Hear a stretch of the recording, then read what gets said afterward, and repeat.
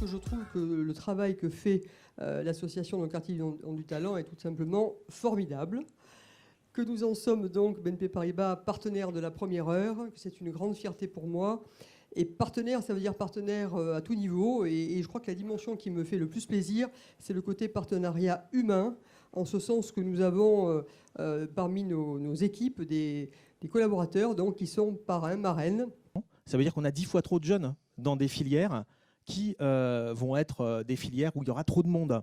Donc si on réduit en fait, et si on arrive à réaligner, comme on dit, ce fameux skill gap qui est le plus important des pays d'Europe en France, eh ben on règle une bonne partie de ce problème de discrimination par le manque d'information. Les jeunes ne nous connaissent pas assez et ne viennent pas vers nous naturellement. Vous avez vu, avec Pôle emploi, on est passé à 61%, on était à 52% l'année dernière, donc il y a une belle accélération.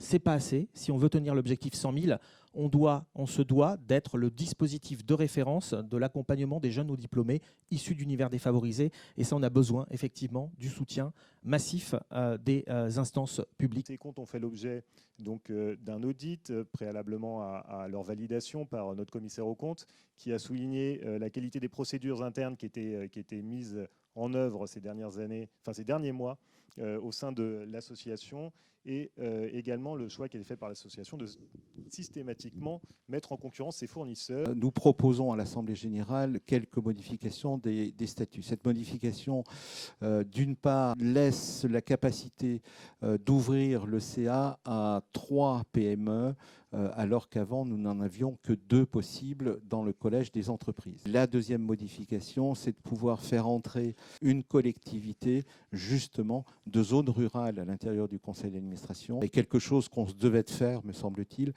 c'est d'inscrire dans le marbre des statuts le fait que la diversité de la société française sera présente au sein du bureau et du CA de l'association. Dans ce travail qu'on mène avec NQT, on a un premier objectif qui est de monétariser les impacts de NQT. Concrètement, on suit une méthode qui s'appelle le retour social sur investissement, qui consiste à donner pour 1 euro investi combien d'euros de valeur sociale sont créés. Le deuxième objectif, c'est essayer de comprendre les changements qui sont à l'œuvre, à la fois chez les jeunes diplômés et à la fois chez les parrains-marraines. Et enfin, il y a un dernier aspect qu'évoquait Jean-Jacques, c'est un aspect d'outillage qui est d'essayer de rendre NQT autonome sur ce travail. NQT est vraiment là pour nous accompagner et nous aider à faire des rencontres, les bonnes rencontres, et à les provoquer. Et du coup, ce réseau nous aide particulièrement pour essayer de trouver un emploi, et ça a été mon cas.